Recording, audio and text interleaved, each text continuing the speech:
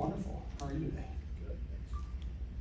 There's a rumor that you're inviting Trey Lance to tight end you. Is that accurate?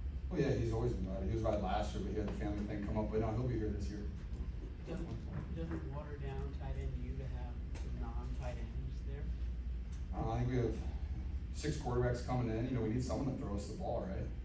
I mean, we relied on Christian last year. That didn't work out too well. So bring some actual quarterbacks in to throw us the balls.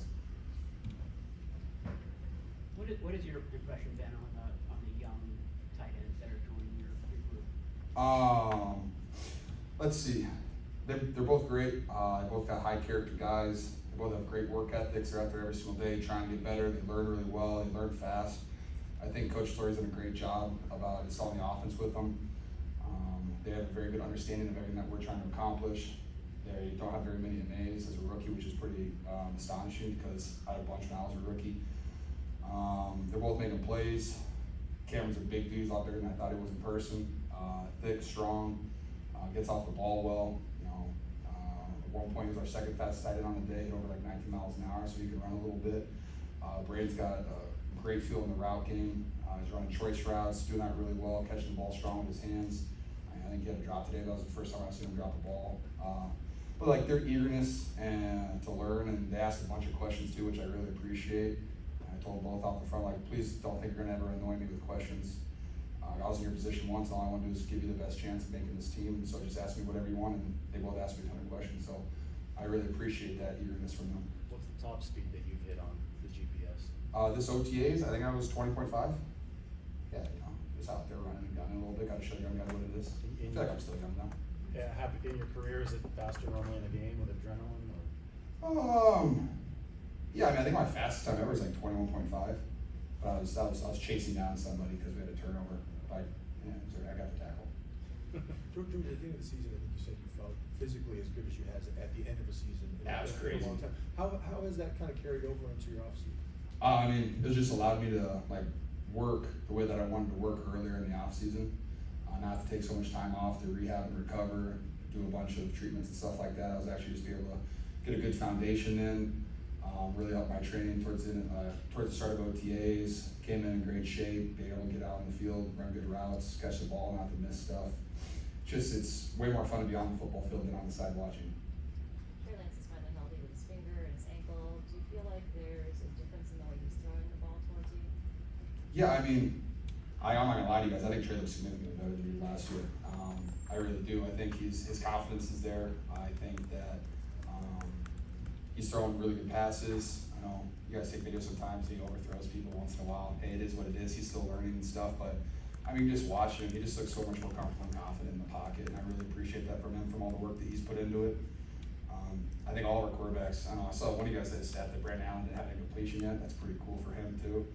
But I think all of our quarterbacks are playing well. But like I said, I think he just looks comfortable back there. He doesn't look like. He just looks like he's having fun, and I really appreciate that from him because when he's out there having a good time, it definitely brings up everyone around him. He said he's got it. I just catch it.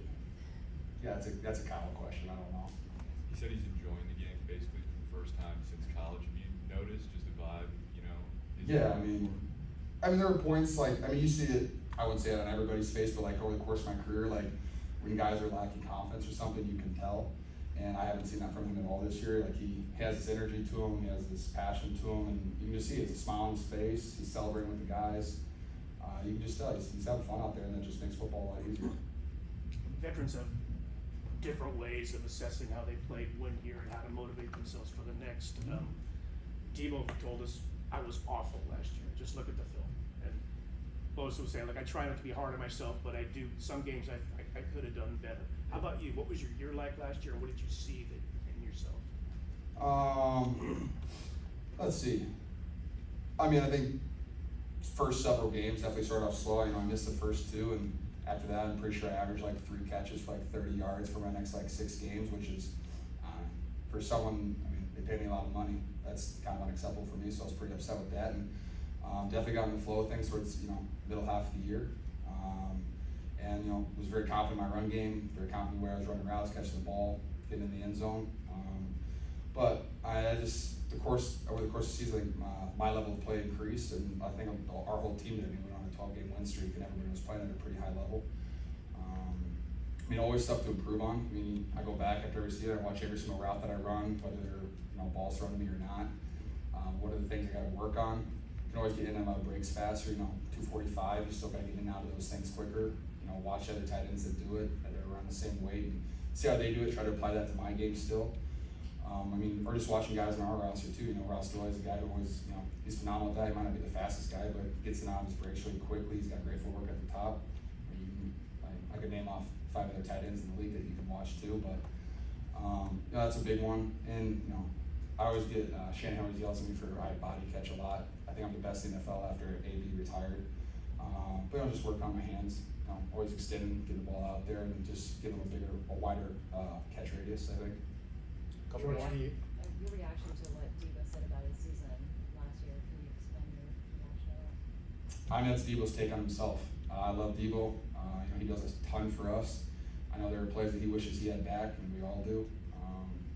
But I know when Debo's very motivated, he's a fantastic football player. And I'm not saying he wasn't motivated last year, but I definitely think he is a little bit more of a fire under him this year. And I think it's just himself. I think if he said that, then I know that he's going to go out there and try to have a better year this year, which I appreciate, because if Debo's trying to be better, that's just only good for the Niners.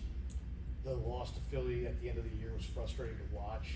How did it sit with you? How much did you think about it this offseason? How much was that motivator for this year? Well, looking at myself, my position, there's not really anything I could have done differently that game. I played well in the run game. I ran 6 routes over the course of the game. And I think it's kind of hard because their whole team, there was a bunch of people saying you guys just got to work harder and stuff like that. And it's like, well, not really. I mean, we worked really hard, and it's just we had the most important position in football, or really in all sports, wasn't available to us, and so it takes away 50% of the game. A lot of games there's no play action and all that stuff, and so it's frustrating. But it's not like I'm not looking back and watching the tape saying that, wow, I missed this, I got to do this better, I got to run this route better. I mean, it really wasn't any of that. It's just more of a disappointing, but I don't really let it linger because hey, it's football, it's life, shit happens, and we just got to move on to the next one. And yeah, I mean, there's been a lot of dialogue over social media and stuff like that, and it is what it is. They beat us, and we didn't have a quarterback. We're playing again this year. Looking forward to it. But no, I mean, I haven't really lingered on it too much. There's nothing really I could have done differently. So just go to the next one and win more games. What are you seeing from Sam Donald on the practice field? I think he's just this offseason, I think he's just taking good steps forward. I think early on in OTAs, I think he was just really figuring it out. Took him a half a second longer to read, his routes and stuff like that. But I think he's starting to really understand the concepts. He's getting the ball out quicker. I mean, you guys saw, I think he had that deep ball to Ayuk today. That was nice. Stepped up in the pocket. He's got a good arm talent.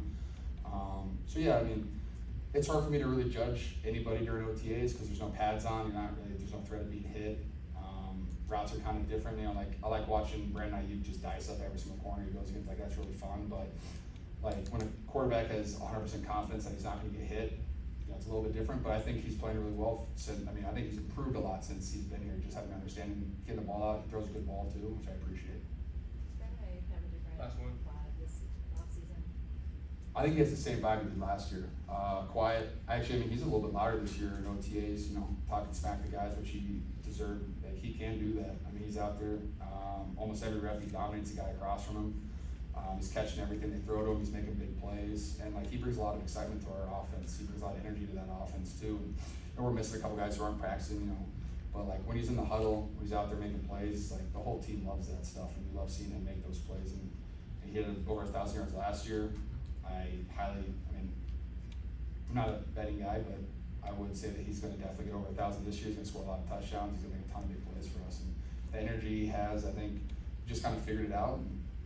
And last year, I think he was kind of a quiet assassin, and then he just worked every single day. And while he might be a little bit louder this year, he still works the same way, and he just has this intent about his work too, which I really appreciate. Is he establishing himself as a leader on this team? Yeah, I think especially in the wide receiver room, I really do think that. I think he has conversations with guys. You can see him, he talks to wide receivers after plays. He talks to about their routes and stuff like that. I do. I think, I mean, like I said, he's not just like sitting in his locker, you know, getting ready for practice and going out and dominating. He's like having a conversation with guys. It doesn't matter offense, defense, special teams. Talks to everybody, which is like, that's a start. And I think he's only continued to be more of a voice for us as an offense this season. All right, thanks, George. Thanks, guys. Thank you.